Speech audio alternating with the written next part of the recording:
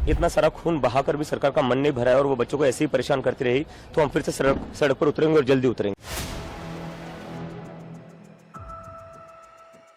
क्या कॉकरोच जनता पार्टी फिर से करने जा रही है बड़ा आंदोलन? अभिजीत दीपके ने मोदी सरकार को बड़ी चेतावनी दी है।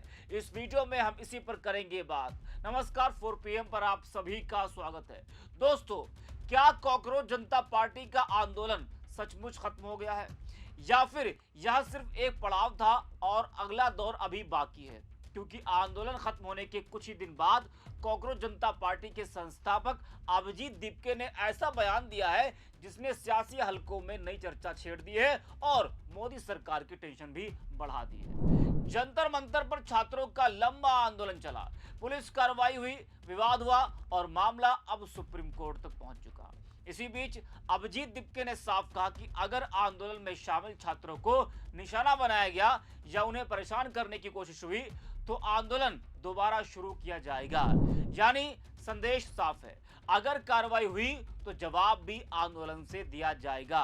अभिजीत दीपको को पहले आप सुनिए, फिर आगे बात करेंगे। Will do it very soon. अगर गवर्नमेंट नहीं मानती है, गवर्नमेंट नहीं सुधरती है तो करना पड़ेगा। चलिए ये बताइए, कंगना रनौत ने भी जेंजीज को उनको कौन सीरियसली लेता है? थे जो अपने भविष्य के लिए प्रोटेस्ट कर रहे थे, अपने फ्यूचर के लिए प्रोटेस्ट कर रहे थे, उनको कोई मजा नहीं आ रहा था। लाठियां खाई है 20 जुलाई को। अगर सरकार का उससे भी मन नहीं भरा है, अगर इतना सारा खून बहाकर भी सरकार का मन नहीं भरा है और वो बच्चों को ऐसे ही परेशान करती रही तो हम फिर से सड़क पर उतरेंगे और जल्दी उतरेंगे। तो देखा और सुना आपने, बड़ी चेतावनी अभिजीत दीपके ने मोदी सरकार को दी है। बता दें कि कॉकरोच जनता पार्टी ने सरकार पर छात्रों और प्रदर्शनकारियों से किए गए वादों से पीछे हटने का आरोप लगाते हुए राष्ट्रव्यापी आंदोलन फिर से शुरू करने की चेतावनी दी है। उसका साफ कहना है कि पुलिस छात्रों को परेशान करना बंद नहीं करती तो पार्टी जल्द ही बड़ा और शांतिपूर्ण विरोध प्रदर्शन करेगी। पार्टी के प्रवक्ता सौरभ दास ने सुप्रीम कोर्ट के अंतरिम आदेश पर सवाल उठाया। सौरभ ने कहा कि सुप्रीम कोर्ट द्वारा सीजेपी आंदोलन से जुड़े मामलों में पारित अंतरिम आदेश विशेष रूप से मौजूदा FIR में जांच जारी रखने की अनुमति देने वाला निर्देश पूरे देश के युवाओं के लिए चिंता का विषय है।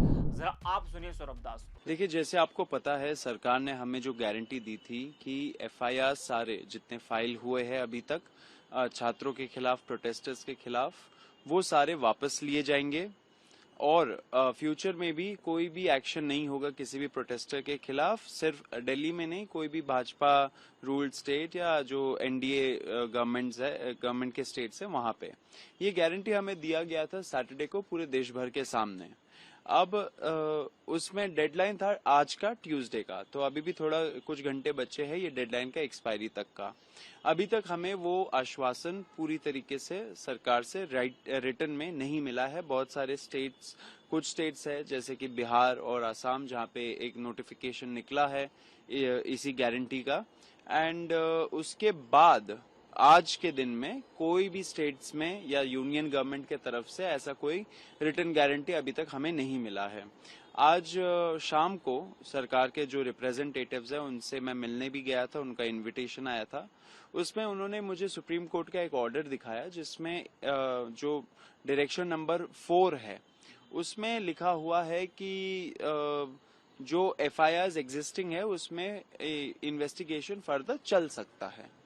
अब मुझे ये नहीं पता कि मतलब कि अब सरकार ने बोला कि क्योंकि ये है रिटन ऑर्डर सुप्रीम कोर्ट का, इसके वजह से मैटर सब जुडिस हो गया है। मैंने बोला आप लोग गारंटी देंगे रिटन में या नहीं देंगे? अभी तक उनके तरफ से कोई जवाब नहीं आया है। तो मैं यही बताना चाह रहा हूं सरकार को कि आप बहुत बड़ा विश्वासघात करने जा रहे हो देश के युवाओं से। हम लोगों ने डिक्लेयर किया है कि हमें ऐसा कोई भी ऑर्डर जिसमें जो हमें एक गारंटी दिया है सरकार ने उसका उल्लंघन हो, वैसे कोई भी ऑर्डर या कोई भी डिसीजन स्वीकार नहीं है।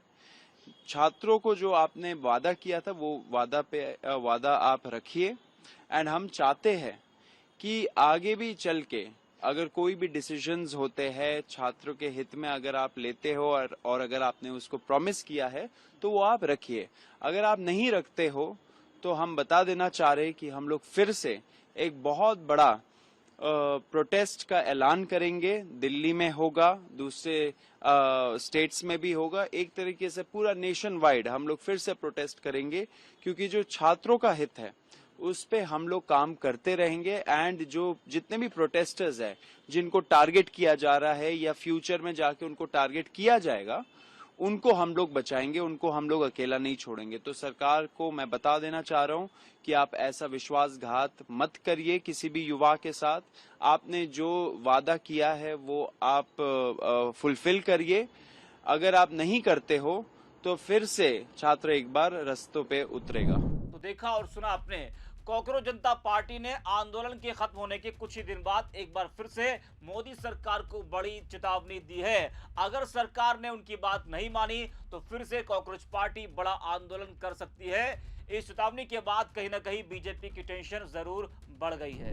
वहीं आपको बता दें कि आयशा के राष्ट्रीय अध्यक्ष नेहा बोरा जिनको आपने कॉकरोच पार्टी के आंदोलन में देखा, कई दिनों तक वो भूख हड़ताल पर रही और उस आंदोलन से नेहा बोरा को एक बड़ी पहचान मिली। बता दें कि वह गिरफ्तार किए गए छात्रों और अन्य प्रदर्शनकारियों से मुलाकात करने के लिए बिहार पहुंची है।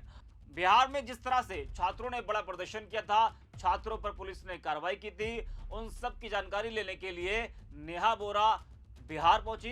राज्य सरकार से युवाओं के खिलाफ कथित दमनात्मक कार्रवाई रोकने की मांग करेंगे। तो प्रदर्शनकारी छात्रों पर सरकार कोई कार्रवाई न करे, उनके एफआईआर वापस ली जाए, गिरफ्तार किए गए छात्रों को छोड़ा जाए, ये मांग नेहा बोरा और कॉकरोच पार्टी की है। वहीं सुप्रीम कोर्ट में कॉकरोच जनता पार्टी के आंदोलन के दौरान पुलिस कार्रवाई को लेकर दायर याचिकाओं पर सुनवाई हुई।